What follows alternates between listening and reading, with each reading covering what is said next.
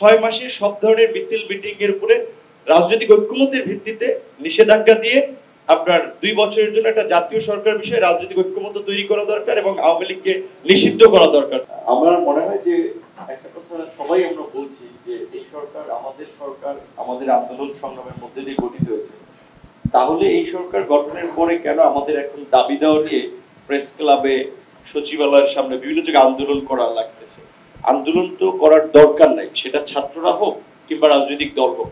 আমরা প্রধান উপদেষ্টাকে সর্বময় ক্ষমতা দিয়েছি, তিনি আপনার সিদ্ধান্ত নেবেন। তাহলে উপদেষ্টা পরিষদ নিয়ে কেন আবার গভর্নমেন্টের মধ্যে থেকেও বিতর্ক করছেন, গভর্নমেন্টের বাইরে থেকেও বিতর্ক করছেন? দ্যাট মিনস কিন্তু পরিস্থিতি উস্কে দিচ্ছেন।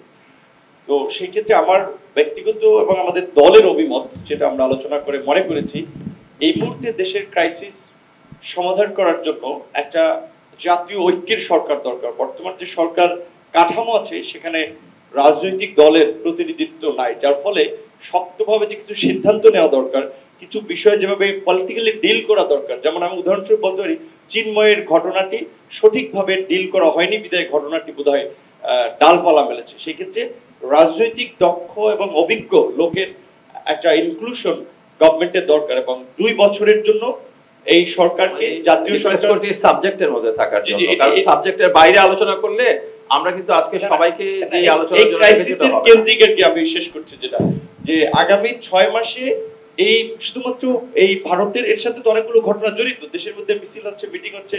6 মাসে সব ধরনের মিছিল মিটিং এর উপরে রাজনৈতিক ঐক্যমত্যের ভিত্তিতে নিষেধাজ্ঞা দিয়ে আপনার 2 বছরের জন্য একটা জাতীয় সরকার বিষয়ে রাজনৈতিক ঐক্যমত্য তৈরি করা দরকার এবং আওয়ামী লীগকে নিষিদ্ধ করা দরকার। তাহলে অনেক বিষয় আমরা ইজিলি সমাধান করতে পারবো। ধন্যবাদ।